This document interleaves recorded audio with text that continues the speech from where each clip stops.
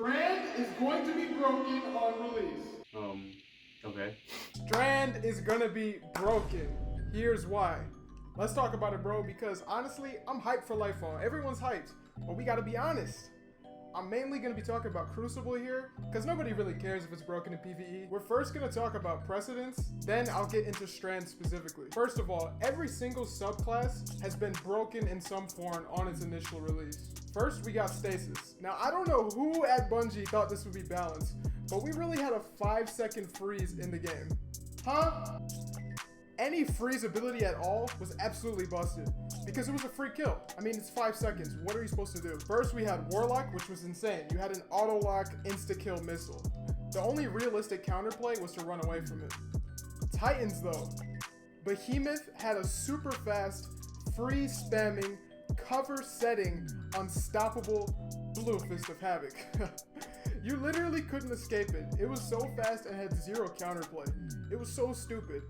Plus, on release, it was effectively both a panic and a shutdown super, since it froze everything around you when you casted the super. And Hunters, bro, don't even get me started on Hunters.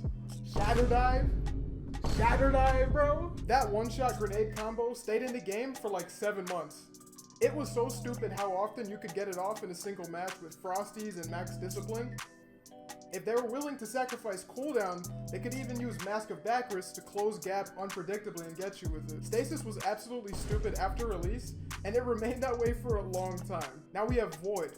When Void launched, it too was broken. Void overshield spam prompted them to nerf the cooldown of barricades using Void. And more recently, they nerfed barricade health. I would tie those two together.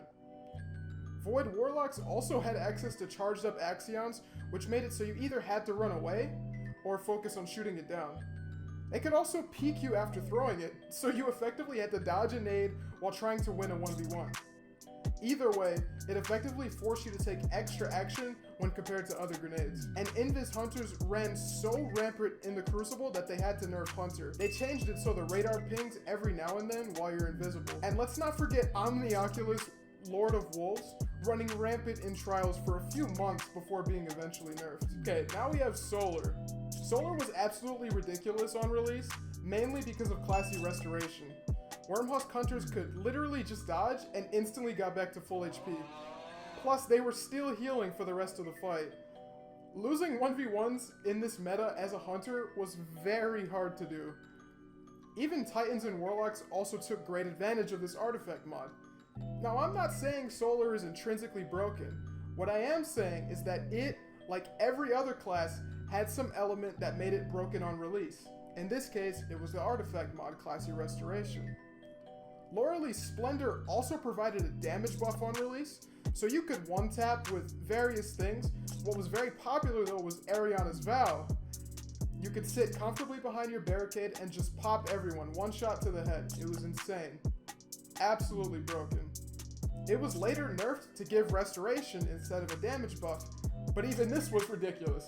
You'd get a Titan low, and then instantly they would just heal everything back. In this meta, people effectively had double HP. Very, very broken. Now finally we have Arc. At this point, Bungie had learned their lesson, a little bit. They didn't want to destroy the Crucible, so they were a bit more careful. Two things slipped past them though. First, we have the infamous Titan Storm Grenade. That nade was absolutely ridiculous. It was so fast and followed you for so long. It was like Titans had access to Hunter's Silence and Squall, except on a super short cooldown. The red border around the nade didn't even indicate if it was moving towards you or not, so it often caught you by surprise.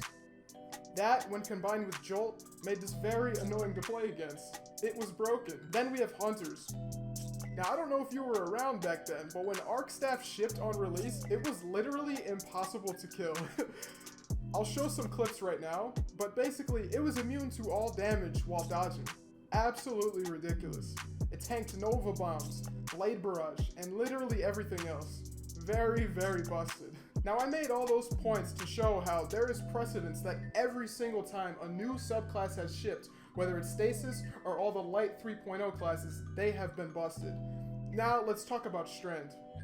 It hasn't been released yet, so we won't yet know about oversights or artifact mods that Bungie might have left, which would catapult that power level up.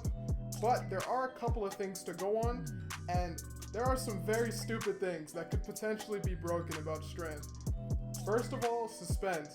We all know airborne effectiveness is very stupid. If you play the Crucible, you know that. What if, hypothetically, you were forced to be stuck in the air for your engagement? That would be dumb, right? Welcome to Strand. Suspend is a Strand debuff that reads, suspended players are lifted off the ground but can still move, slowly, they indicate slowly, and fire their weapons and fight back. What's the use of firing back when I have airborne effectiveness debuff and can be pre-fired effectively and can't push anyone? I also heard in a Dado video that you can't aim down sights, but I can't find an article, so I won't confirm that. The Strand debuff Sever also sounds like it could be insane, as it reduces damage output by those affected by it. We also have Woven Mail, which will give Guardians damage reduction. Do you remember that one early Stasis Behemoth build? Yeah, try that, except it's green. That's basically where we're at. Now, this is all a lot of speculation, but I'm also willing to bet these supers will ship overtuned as well. We will have 3 new roaming supers. Now, if you play PvP, you know the main issue with roaming supers is that people just run away from them. That's why shutdown supers are generally better. However, with Strand being based on movement, I'm willing to bet Strand supers will be very effective at chasing and closing gaps. Based on the precedence of everything we've gotten thus far, every subclass released has been busted. I guess we'll see what happens. Now, I want to add a disclaimer. This video is not intended to be negative at all. I talk about how overtuned things have been in the past, but that really isn't indicative of how I feel about it. Frankly, I like strong stuff, and they always balance it later on. To be honest, they may be doing this on purpose. Ship it broken to drive purchases, and then balance it later. It's a smart business model. Anyways, that's about it. Based on the past and a few things we know about Strand, it's safe to say that it will be absolutely busted on release, and I'm here for it. Thanks for watching. I'm a new YouTuber, this is one of my first videos, but I have 8 weeks of stuff scheduled. For Destiny 2, I have Lost Sector guides, PvP challenges, super videos, GM guides, and more.